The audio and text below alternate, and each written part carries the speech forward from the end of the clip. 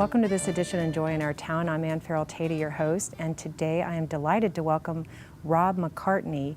He is the CEO of the Barry Robinson Center, and our topic today is youth, and our issue today is at-risk youth. So thank you so much for joining us today, Rob. Thanks for having me.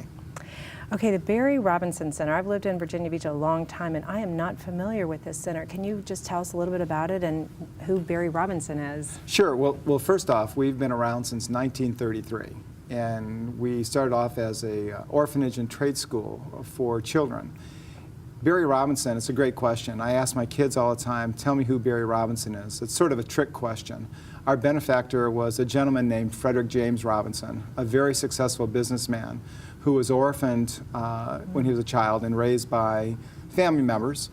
But when he passed, he named it Barry Robinson because Barry is his mom's maiden name and Robinson is his dad's last name. So it became a combination of his family. So, and you said it started in 1933 and is as an orphanage and trade school, but is it still an orphanage and trade school? No, orphanage sort of, back in the 40s, foster care came into being, orphanages sort of went off to the side. But they would bring kids in who were at risk, and kids whose maybe parents couldn't take care of them. During the Depression, years after that, people would come down from the mountains and stay there. The center was run initially by the Benedictine monks. And it stayed that way through about the 60s, and at which time the Franciscans took over, and it became more of a prep school, Catholic prep school. Well, like a boarding school? Boarding school, correct. Oh, okay, so we're housed. Back in the 60s and 70s, it was both boarding and day school. And they went up to, I think, about 143 students at that point. And then in the 70s, there was a sense that they had moved away from their mission of working with at-risk youth. And so they changed to become a group home to work with children with behavioral and emotional problems. Oh, yeah. And then in the 80s, 86, they went into a relationship with CHKD, and that partnership lasted 20 years. They added bed space, and they became titled a residential treatment center, and as well as titled as a psychiatric residential treatment program. So is it like emotional problems and addiction? The addiction's not primary, but many of our kids do have that as a secondary issue. Do you address that? Of course. It's part of what's causing some of the emotional problems. Right. And are these, so is it all boys? No. Oh, it's okay. Our population now is ages 6 to 17. Oh, wow, and it's about 6 years old. Oh, and about 50-50 boys to girls. Oh, and are they all from the Hampton Roads area? No, we have a very strong working relationship with military families, which has resulted in us getting referrals from overseas, from Belgium, from Japan. Wow. We get kids from upstate New York. We get kids from North Carolina, and then a lot of the kids from the Hampton Roads area. So how are they referred? Is it all referral, or do the parents call you, or who calls you to get their child in? Most of our kids have had 2 or 3 acute psychiatric hospitalizations. So a lot of the psychiatric units that provide that care will call us. Yeah. Parents will call us. Local psychiatrists will have parents call us. The folks out in the military community who know us, we are strongly recommended. When I took over the program 4 years ago, I have a son-in-law who's retired military. And it was my goal that if my grandkids ever had problems, that there would be a place that would be safe enough, nice enough, nurturing enough, that I would feel good about my grandkids going someplace. So you make it personal. Extremely personal. Yeah. Extremely personal. So and how long do you call them clients or call them residents, students? Sure. Okay, so how long do they stay, or what's the program? What does it look like? I'm sure it's different depending on what their problems are. Yeah, it's a great question. Length of stay can vary based on what they're bringing in with as far as problems. It can vary based on age. The younger you are, probably the longer length of stay you're going to have, because when they come with us and at that age, they have some pretty significant challenges going on. But our average length of stay is roughly 7 months. Oh, wow. Where we had some kids who have left as quick as 4 months, and some have stayed longer. Now, are they also learning disabilities? Does that play into it all, or is that, It's not a criteria to come in, but many of our kids have learning challenges. They have IEPs. It may be individual education plans that schools put forth for them that they have to follow. They may have some speech issues, some occupational therapy issues that we will address. But school is a challenge for a lot of them. If it's not just academic, it's the relationship issues and control. Now, do you have people on staff that help with all this, or do you outsource with counselors and teachers? No, we have a very robust clinical department. Wow. I have 12 master's prepared clinicians. Wow. They have a maximum caseload of 6 kids. I have 3.5 rec therapists. I have a music therapist, an art therapist. I have 2 employed child and adolescent psychiatrists. How about sports? Do you have any athletes or coaches? Well, we do. We not so much. You know, one of my trustees asked me about that the other day, and one of the challenges we have, our kids are here so short. Oh, yeah. That having developing a team can be very difficult. But we do play a lot of sports. In the afternoon like today, which is gorgeous out, when they're done with school at 3 o'clock, they'll be out in the courtyard playing. They may be on the tennis court playing. They may be in the gym playing basketball. Oh, yeah. Is this a year-round school? Our school's year-round, correct. Oh, that's good. All right, well, when you say at risk, like, can you define exactly, what does that mean, an at-risk? Well, an at-risk youth is, in general terms, is a child or a teenager who's at risk to do some behaviors that are going to be harmful. So it may be substance abuse. It may be self-injurious behavior. It may be challenges in school. It may be sexually acting out. It may be getting pregnant. It may be issues with the law. It's that something's going on for them that we think and we believe the fact that they could have challenges that will significantly impact their life. We actually have a program where we work, my COO, Charlene Hubler, who's also an LCSW, works with the Virginia Beach Police Department and working with them on the adolescent brain. Because we know that adolescent brains are not fully developed until they're 24. Is that boys and girls? Because I always thought that was boys. No, no. And I've got both. It's boys and girls, and if you ask my wife, it takes to about age 40. For boys? For boys, and maybe even longer. No, but that's true. It is for girls and boys, because I had heard that for boys, but... Correct. And so because of that, you have a recipe for disaster for some of these kids. We do, and sometimes adolescence is just surviving one's adolescence and getting adulthood. Sometimes, though, the process of surviving can be very, very difficult. So you can get in trouble at school and failure there, trouble with the law. And a lot of the stuff impacts the individual's self-esteem. And as their self-esteem starts to go down, then they have an increased risk of doing risky behavior. Now, how often does it seem that, like, is it usually one child in a family that is sort of the bad egg, or does it kind of come in family groups? How does that differentiate? Probably 50-50. Sometimes we'll see families that are doing great with 3 out of 4 kids, and that 4th child is having some issues. Yeah. So is it the child itself? Is there something different that's going on in the family dynamics currently? Has there been, is this the child that may be more emotionally sensitive? Right. So there can be other factors that can play in that. Sometimes you see a family that every kid seems to have challenges. Right. In the same way, you see some families, every kid seems to be well. Yeah. With our military youth, what we're seeing is because of the multiple deployments Dad has, there's a lack of instability. With Dad, and I'll say Dad, but it's often Mom these days as well, but when the parent comes back from serving, there can be traumatic brain injuries. There can be post-traumatic stress disorder going on. But then you talk about the multiple moves these kids have. Yeah. And the average military child has 7 to 9 schools that they attend. So it sets them up for bullying. Right. It sets them up for not having in-depth relationships. So there's a lot of variables that put the kids, especially military kids, at risk. So in this area, I mean, we do have a big military population. Yes. Is that why there are more military children at your school, or is it just in general more military, you're finding more problems with military kids? I think part of it is the location. We're on the Eastern Shore, and so there's a lot of military retired as well as active duty, especially in Hampton Roads. Wait, you're on the Eastern Shore? Yeah, the Eastern Shore of the United States. I was like, wait, because not in Virginia Beach, Eastern Shore. Yeah. And what kind of things, you know, I know you mentioned some of them, but what are some of the things, you know, is it divorce? Is it maybe they're acting out because they've been molested? Like, what is it? How do you get to the root of what the problem is? Because it's probably a number of different things. It can be varied. I think when it comes down to the kids bring some stuff based on their DNA into the whole process. Like if they're sensitive. Can be sensitive. We know that Asperger's has medical push to it. We know That's that part of autism? it's autism. It is correct. autism, Yeah, it's okay. a higher spectrum. I continue to say Asperger's. They took that out as a diagnostic category, but a lot of folks understand that, what it means. Yeah. But we have, that bipolar disorder has a strong genetic push to it. Right. We know that some depression does as well. We know anxiety disorder. So these kids can be predisposed. That's what they come into the world with. We know that diet can play a significant impact. Wow. Some of the research is showing the impact that even probiotics can have on serotonin levels. Wow. And to address that, we have a very robust healthy lifestyle program. I have a Yeah. full-time dietitian on staff. And so we really look at diet with our kids.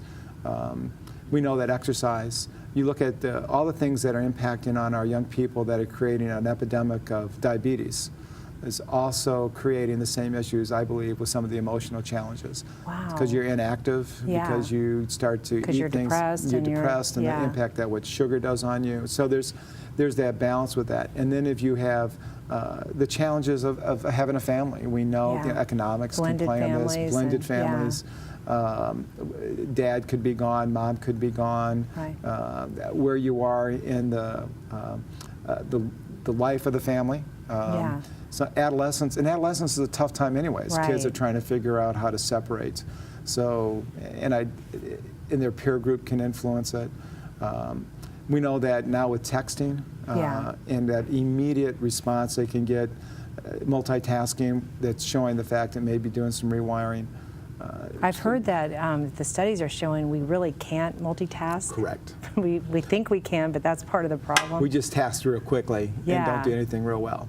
So when they come into your center, or if a parent is watching right now and they're thinking my child might be at risk, is there like a checklist they could look? Do you have a website that they, what do they do? No, but that's a really good point. We have a great website, and Yeah. we could probably put something up. My sense is a parent at the gut is thinking their child at risk. They probably are. They probably are. Yeah. As parents, we know our kids pretty well, and sometimes we don't want to consciously acknowledge there could be something wrong. Yeah. But if you think there's something wrong, you can get it checked out. Right.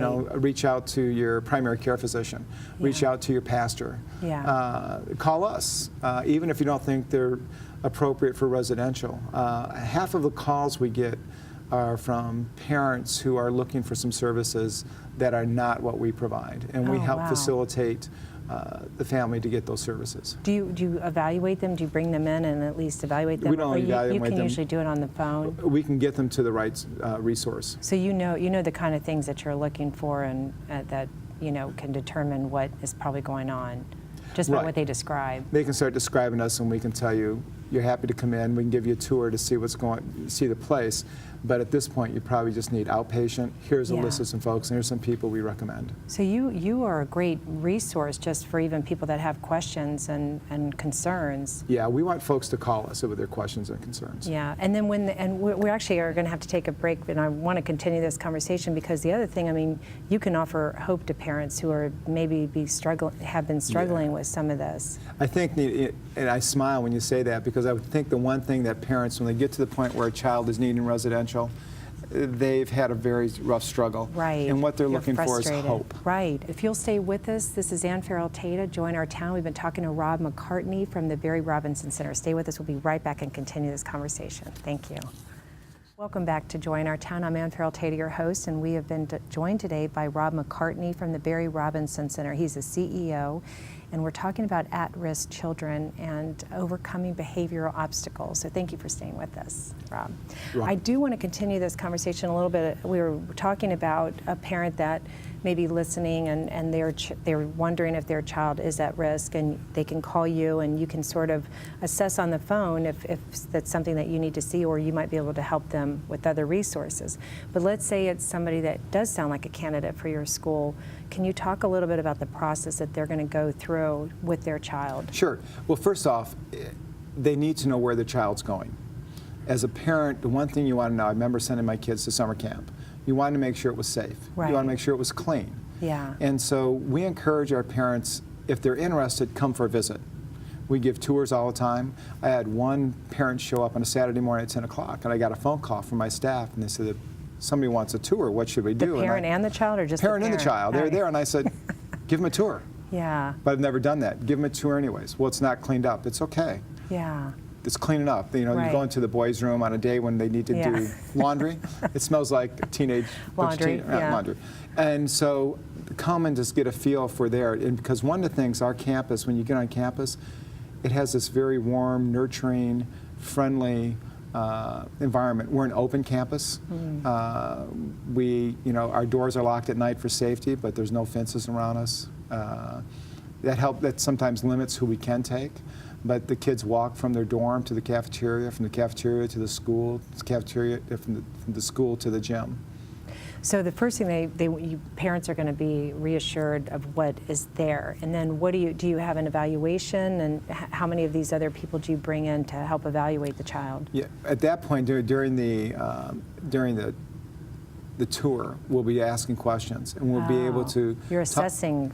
We're assessing. And we'll be talking to parents about, is this the level of care that's appropriate right now? Yeah. Is this the level of care that, from a business standpoint, is insurance going to pay for it? Oh, Have they had enough services to get to because it's a pretty significant level of care. Right. We're talking about kids being away from home, for 6 to 7 months, and with some very, very intense treatment. Have they tried outpatient? Have they tried partial hospitalization programs? Is it a medication issue? Have they seen a psychiatrist? Has it been acute enough, the fact they've had hospitalization? So we're getting that type of information. And we're finding that they haven't, then we'll talk about potential outpatient options for them. But if they have had all that, is that a candidate for your school? It certainly could be. And Yeah. we'd sit there with the application. Then they take the application. We ask for psychologicals, we ask for big assessment, and then that assessment is handed off to my chief operating officer, is also one of my clinical folks, Charlene Hubler. And she works with our medical director, and they review the cases. And within 24 hours of the application, we'll have a determination if they fit us. And at that point, do you determine how long they're going to stay, or is it sort of like do you do a week by week or day by day basis? It's about a monthly update we look at. Oh, yeah. It's hard to tell. Yeah, it's hard to tell when a kid first comes in how long they're going to be there. Often you'll have a flight into health, or they're going to put on the good face. I don't need to be here. But after about 3 weeks, 4 weeks, whatever issues are going on start to be created.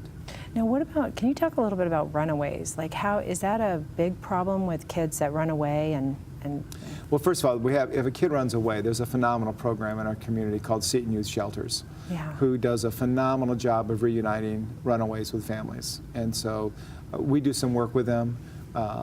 We don't take kids who are probably going to be at risk to run. Because we are an open campus. Yeah. And we're right off of Kempsville Road, so Right. it could be dangerous with that. But there are Right. programs we can refer to if there's more need for a secure setting that we can help facilitate that referral. So you work with a lot of these other agencies, Correct. and you're in constant contact. What is the role of religion? And is it a Christian or Jewish, or do you take all religions? And what is the role in their getting help? Well, we're non-denominational, but what I tell parents when they come in, when they're making a choice, because there's other places they could go, Right. is that we are a faith-based program, strongly rooted in Christianity, Yeah. and with strong Catholic affiliation. We're not a Catholic organization, but James Barry Robinson was. Yeah. And we do hold prayer services for our kids. They can come if they want. The prayer services are pretty cool because at the beginning of the prayer service, we have a Boy Scout troop. And so our Boy Scouts will present the colors. Oh, wow. Right? And we have a choir called the Voices of Pride. Yeah. And they'll always sing 2 or 3 songs. And we have a guitar ensemble. So our kids get the opportunity to participate and do normal activities. And part of this whole thing with children and adolescents, you want them to be able to have a normal life experience. So when I was there for about 6 months, and this one's tough on me because I get pretty emotional about this, it's pretty cool. Got done with the prayer service, Voices of Pride have sang, and I stood up, and a mom comes up to me and says, "Are you in charge?" I go, part of you wants to say no. And I said, yes. Depends. Yeah, it depends. But what she said was, she reached over and started to hug me, and she goes, "This is the first time I've seen my daughter do something normal in 3 years." Wow. So she starts crying, and my staff know I cry pretty easy. So I start crying, the girl starts crying. Oh. But what it pointed to is the fact of when you give kids opportunities to be normal Yeah. and choose healthy lifestyles, Yeah. healthy choices, they will choose to be normal Right. because they want to feel good as well. Well, that brings up a really good point because, we always hear boys will be boys, or they're just adolescents, or they're just, kind of parents make excuses for some of the behavior. How do you know that what is risky or at-risk behavior versus normal? A child is going to push the limit, and you know what I mean? Like, what's the line? Well, I think having raised 4 teenagers myself and having subject my parents to my childhood, I think that as parents we have sort of an intuition that we can know when that line's being crossed. Something eats at the back of our head. We're up at night. We perseverate about that. We're getting in more arguments with a child. But you can look at some key issues. One, are they being successful in school? Are they attending school? What are their grades? What's their hygiene like? Are they keeping the room clean? Are they keeping it too clean? Is there something that's just not right with that? Look at, are they socializing? Who are they socializing with? Are they coming in later?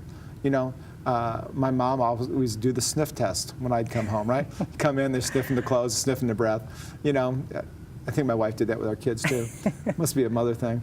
And you watch, but I think there's, are they working? And if they're working, how are they doing at work? So you look at the areas we think that they're supposed to do well in. When they're younger kids, our 6-year-olds, 7-, 8-year-olds, you look at school. How are they performing in school? Are they having behavioral problems? Can they attend to tasks? Oh, yeah. Do they have emotional control, or are their emotions dysregular? Yeah, because like ADD, you're finding some of these kids are just, need to, I know that that's sort of overprescribed, but there are kids that legitimately just can't sit still. Correct. And so that may be, not necessarily something to be an at-risk child. Like, how do you know what's the line there? And you're absolutely right. You can overreact on that. My wife's a kindergarten teacher. And so she will see some boys, especially, she can tell are just being boys. Yeah. And yet some folks, they need something for their ADD. And she says, no, they don't. They need to have a book in their hand when they're walking down the hall so they can't reach up and hit the boy in front of them. And so, but again, it's that fine line. And I think often with families where both parents are working, we don't have the time to spend with the kids. And also, we're a fast food society. And so when a child is acting out, we want that fix today. Yeah. When the fix may actually be something that's going to take place over maturation. Can you talk a little bit about overcoming these behavioral obstacles and identifying what they are? Well, I think, one, getting some help. I think parents' anxiety, kids are going to pick up on parents' anxiety. Right. So and stress. And If stress. parents are really stressed. Yeah. And they're going to get stressed when their kids have problems. Yeah. Which the kid's going to pick up on and can have more problems. So I think one is that when you start seeing this going on, reach out and get some help. See your primary care doc, see the kid's pediatrician, see your pastor, see a psychiatrist around, whatever. Get some help. Just talking to a friend often isn't enough. You may need that professional feedback. The other thing is, and it's tough, is as parents, is that we got to be humble. And we have to realize that we brought some stuff to this relationship. And as much as we love our kids, we don't always do what's right for them or what's the best. We may do what right's and best for us, but not this child as an individual. And we've also been caught up into the dynamics, and so we may not be able to be objective. Yeah. We may need to pull back. We may need to move closer. We may need to be firmer. We may need to be not quite as firm. Right. And we can't see that. So getting somebody who you can develop a relationship and trust is key. Yeah. So far, there is no playbook on how we raise our children. And as parents, most of us love our kids, and we're doing the best we can. Right. And when we're given a better tool, we'll use that. Yeah. None of us want to hear that we've messed up. Right.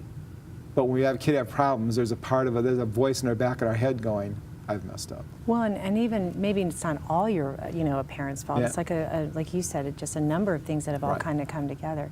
I know with my husband and I have 4 children, and that was one of the biggest things is being united. Right. Even if I didn't agree with, maybe I thought he was too harsh or too lenient, or vice versa, we just had to stand together. But it's hard to do that, especially if you feel like, one parent is making a different decision that you would make for the child. It's a good point, and when kids sense that, Yeah. they Oh, act yeah. up and they'll take advantage of it, which creates more problems. Right.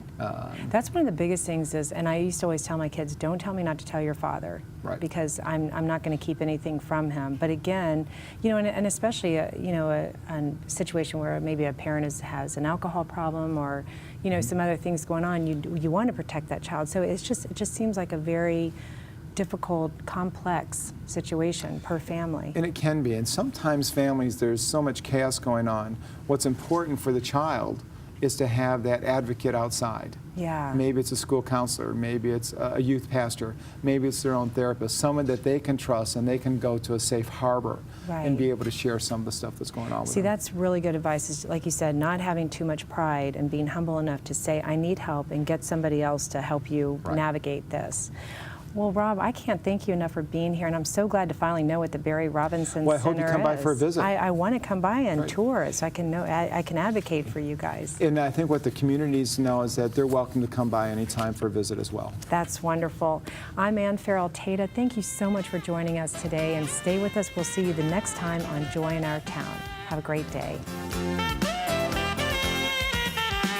This program has been sponsored by the Trinity Broadcasting Network and made possible by your telethon dollars. Your continual support can keep Joy in Our Town brought to your home every day. So write Joy in Our Town, P.O. Box A, Santa Ana, California, 92711.